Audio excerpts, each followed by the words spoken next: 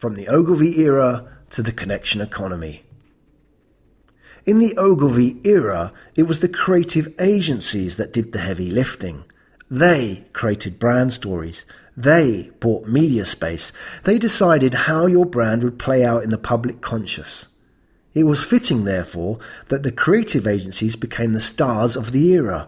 Creative directors achieved celebrity status among their peers. Agencies picked up awards, and client brand managers just signed off on the marketing budget. It was a simple model. Hire the best creative agency in town, assign the biggest possible budget, sit back and wait for the results to happen. While this model served the industry so well for more than 50 years, it fell apart when the media landscape shifted. Between 2006 and 2008, we saw the rapid growth of social media. Facebook, MySpace and Twitter all launched in the space of 2 years.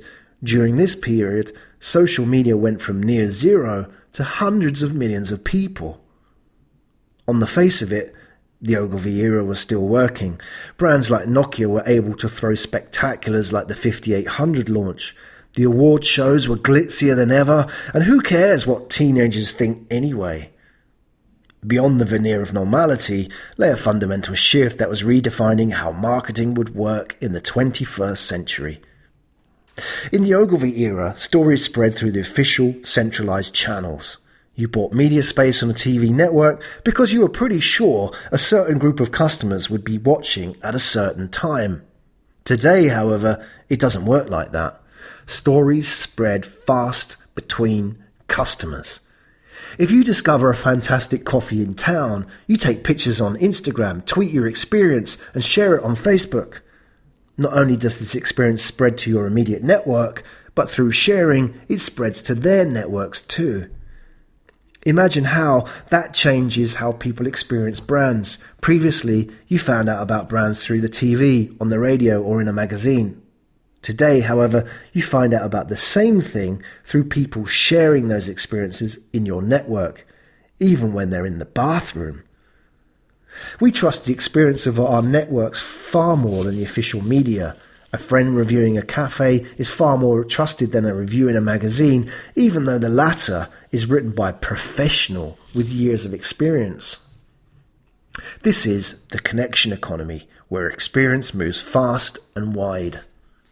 If you walk into a retail store and have a bad experience, you don't just tell your spouse over dinner, you now go and tell the world. If a call center rep delights you over the phone, the internet will be sharing that story for years to come. What's changed isn't just how stories spread, but also who's involved in spreading of the story. In the Ogilvy era, the storytellers were the creative agencies. They were the ones who crafted the powerful brand narratives. Today, in the connection economy, everyone becomes a marketer by default.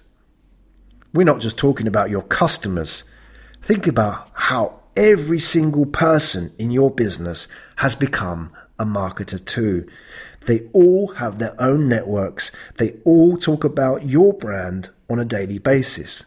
Your marketing team, your call center staff, your HR people, your CEO, and your retail frontline. Everyone is connected to everyone else.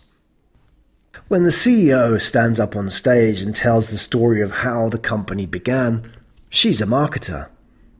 When the retail manager discusses with his store staff how they'll increase repeat business this quarter, he's a marketer. When the HR manager chooses a new field sales rep based on his personal network rather than qualifications or experience, she's a marketer.